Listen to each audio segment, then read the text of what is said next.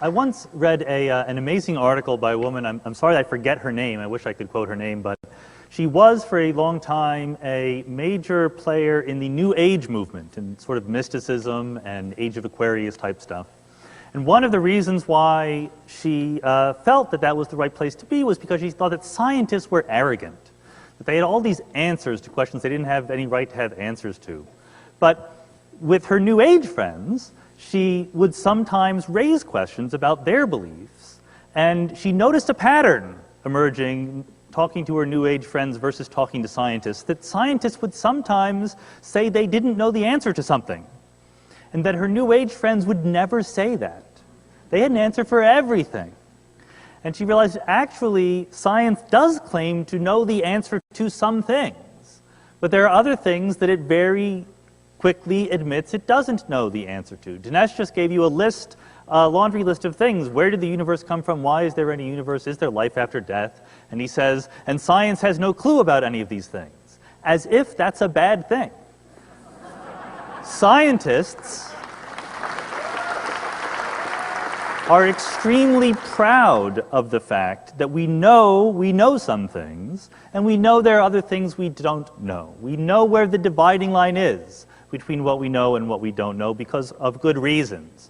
For why there's a universe rather than not, we don't know the answer to that. Is there life after death? We know the answer to that. Why? Because we know what we're made of. We know how it acts. We know there is nothing to keep any sort of soul alive after the body dies. And that goes back to Ian's discussion of how does science know some things? Is science the only way of knowing things? Science is clearly not the only way of knowing things. There are other ways of truth. For example, mathematical truths are outside of science. They are logical truths, not empirical ones.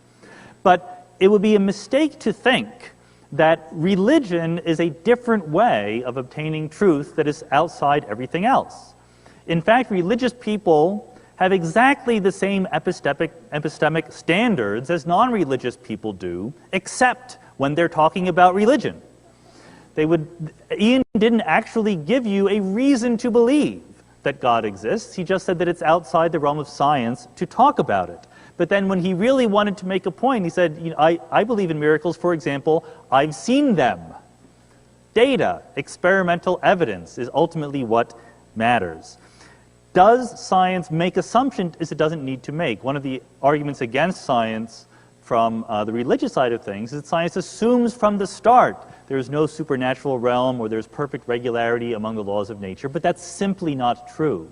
A scientist, if they were faced with something that was manifestly supernatural or a deviation from the regularities we observed in nature, we would try to understand that. We would not say, I just can't deal with that, I don't know what to do. We would approach it using the methods of science. The only assumption that science makes is that the world is not trying to trick us, that we are not a brain in a vat being taunted by a mad scientist, that we can more or less trust our sensory data, and we look for patterns in that data. Could there be miracles? Of course there could be, but you're faced with two worldviews, one of which that says that those eyewitness testimonies that Dinesh mentions of people who are regressing to past lives are mistaken. The other worldview says that all of the laws of physics that we think we know are wrong. And that's the choice you need to make. And the decision that we make is based on the same criteria we would always make.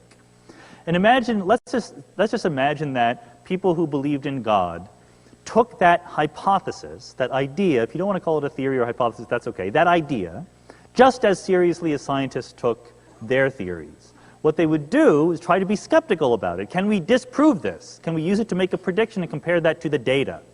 And a lot of people talk about the problem of evil. My favorite problem is the problem of instructions. I am personally a textbook author. I have read Amazon.com reviews of my textbook. But if I were God, my textbook would be perfect. If God existed, the one thing that if there were an omnipotent being that cared about us here on earth, I would expect clear instructions. I would expect a book that I knew exactly what it said, it was clear that it was right, and I would be able to follow it.